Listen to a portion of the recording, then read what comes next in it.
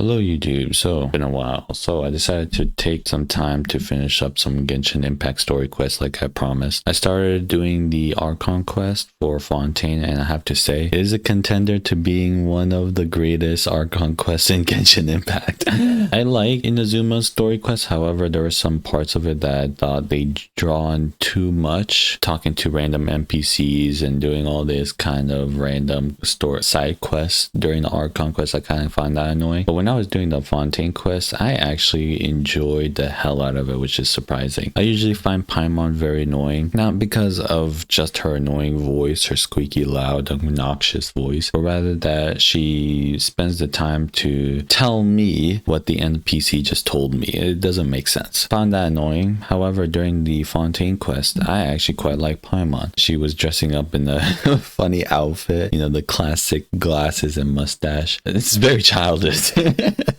But for some reason I find that kind of humor kind of funny. While doing the Archon quest, I found it actually very interesting. It actually made me surprised that Genshin Impact could still make good stories. I feel like if Genshin Impact just takes the time and instead of letting us talk to a billion NPCs and drawing out the story, instead just put like a 2-hour long story quest and just make it a very good 2-hour long story quest rather than making it a 6-hour long story quest, but 4 of it is just us talking to random NPCs. I feel like if they make it short, they're able to put a lot of information out. I did, however, like usually I skip story quests. I speed run through them just because, you know, at the end of the day, I believe that story quest is not the most important part about a gacha game, and it's just more about the action pack, the combat, you know, all that kind of stuff. But when I was doing the story quest, there were some parts I would skip just because I'm so used to, you know, Hoyoverse not making good stories, so I would skip it. But after completing the first part of the Fontaine quest line, I actually regretted me skipping it. Usually when we're talking to NPCs, random NPCs in Hoyoverse games, you know, you never see them ever again unless there's some sort of like shopkeeper or playable character later on in the future. But when we were talking about a Fontaine quest line, we talked to a thief that stole someone's wallet and she got away. You know, that story quest line would seem like it's an average, you know, NPC. We're stretching out the story quest line by a couple of hours just to make it seem like there's so much information that is not needed. But however, at the end of the first part of the Fontaine quest line, that NPC came back and it was actually a main part of the story quest, which I found it very interesting. Usually you would never see the NPC ever again. It's like they disappeared or something. This is going to be a very controversial take, but I do believe Genshin Impact is working on their reward system. Maybe because this is a new patch and, you know, they would give out more than usual. But we got in the lantern line. I actually had fun during the lantern line. Some of it was boring. The combat was more fun, honestly. I would say that the combat was more fun. But I believe that Genshin Impact has one of the best world design out of all of gacha games. Not even just Hoyoverse, but all of gacha games. I do like Wuthering Waves' new area. However, I haven't explored much of it. I would say though,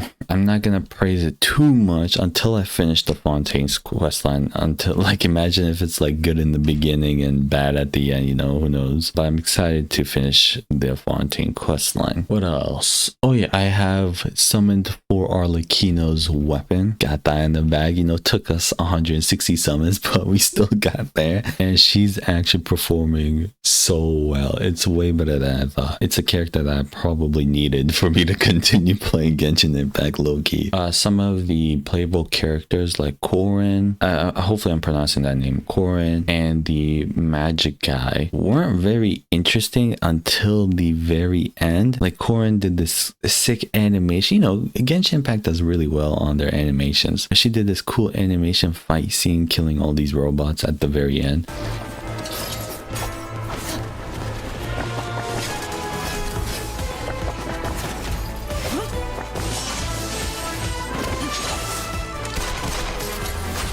I'm pulling for Farina later on when she comes out. It's gonna be another character I'm gonna have to build, but you know, hopefully I have enough materials. It's gonna be a pain, but you know, we'll make it work. We'll make it work. But yeah, Farina I would say was way more annoying than Paimon, which is very surprising. I didn't like her, you know, childish. Like she is a child, but like, you know, that weird scene where she's thinking to herself and she's like, yeah, I got this in the bag, and then there's like a great animation of her like cheering on herself. That part is kind of cringe. I was just very annoyed at that part, but other than that, I actually quite like Paimon during the story quest. Very surprised by that. Oh my god, the meme, the something Cardinal, something like that. I'll put it in the screen. We now turn to the Oratrice Mécanique d'Analyse Cardinal.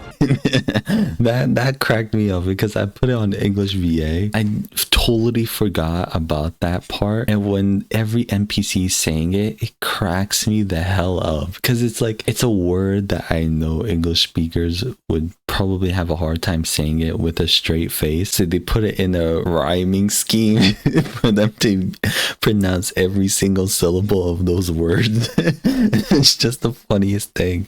Hopefully in the second part, third and fourth, I'm not sure how many parts there are, but I'm guessing there are 4 parts. Hopefully every single part is really good. But yeah, I'm excited to continue with Genshin Impact. I'm surprised I'm having fun with it, like playing it and just enjoying the scenery, enjoying the music. Oh my god, the music was so good. I have to say, I think out of all of gacha games, Genshin Impact does the best music ever. Like just chilling, hearing Mondstadt music, you know, hearing just like exploring the world of Genshin Impact and hearing that music was very, very nice, I would say. Holy crap, I'm praising the hell out of Genshin Impact. But I'm only praising it just because I feel like I know for a fact that they're gonna do a trash job at the third part, because usually, you know, the first 2 parts of the Archon quests are really good. The third part is either like dialogue bloated or it's just super unimportant and they only added it to, you know, fill in the gap. But then the fourth part is where it peaks out, you know. That's how it usually is with Hoiverse games. But yeah, I'm excited to continue this long